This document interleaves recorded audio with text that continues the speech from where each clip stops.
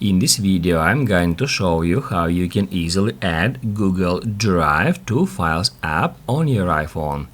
Be sure to watch the video to the very end so you don't make any mistakes. Let's get started, guys, and first off, you need to install Google Drive app on our iPhone if you haven't done it yet. To do that, just head over to the App Store, then search for Drive. Hit search.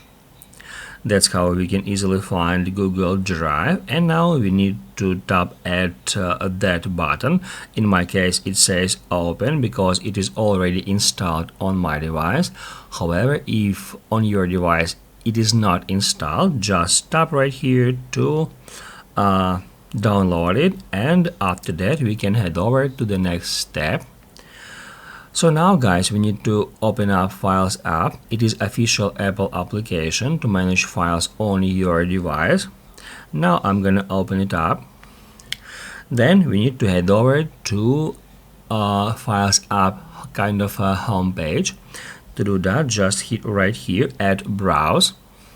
Here you will find all your allocations. You should have iCloud Drive here and on my iPhone location. However, to add Google Drive here, we need to tap right there at these three dots. Then select Edit. And after that, we can easily add Google Drive. To do so, just activate it by turning on this switcher next to it and then hit Done. Basically, guys, that's it. So if this video was helpful for you, don't forget to hit the like button.